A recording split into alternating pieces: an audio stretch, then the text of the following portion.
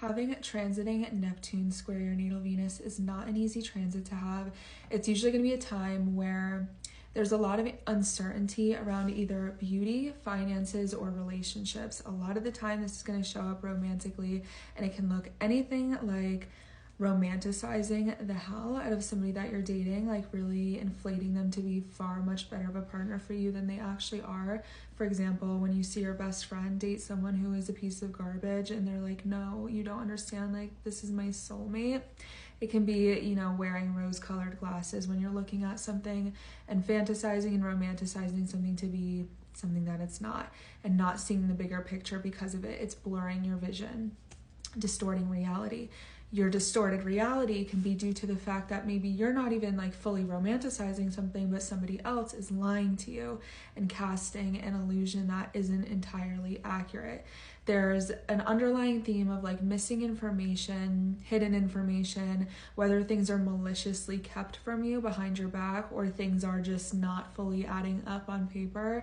For example, maybe somebody isn't cheating on you or dabbling in infidelity, but they're not telling you about a very large part of their identity or their lives or something like that.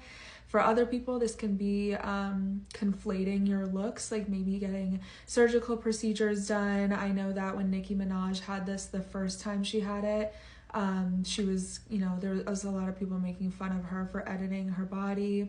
She gained weight, I think, at the time, and people were trying to like clock her for like really distorting the way that she looked online and it not matching up in real life.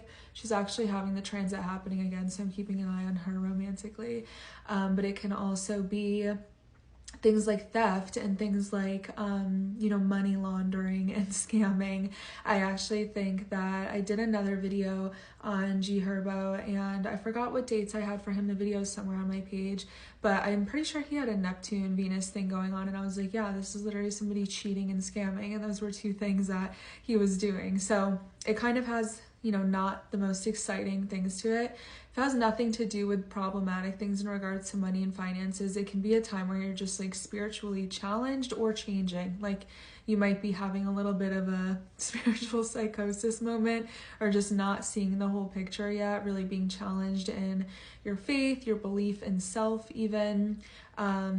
Even having a creative block can be part of it. But when we look at somebody's chart who's maybe going to be experiencing a big love moment, like an engagement or a pregnancy, while also having what is this shadowy, unclear image of what's going on in terms of romance, it's not like a time that you want to get engaged around. It's usually going to lead to some sort of disappointment, uncertainty, doubt, culminating to it being something, that you didn't think it would be or that you wanted. It's not the worst thing in the world. It's just certainly not ideal. And I do think that this person, I genuinely do think that they'll either get engaged or pregnant.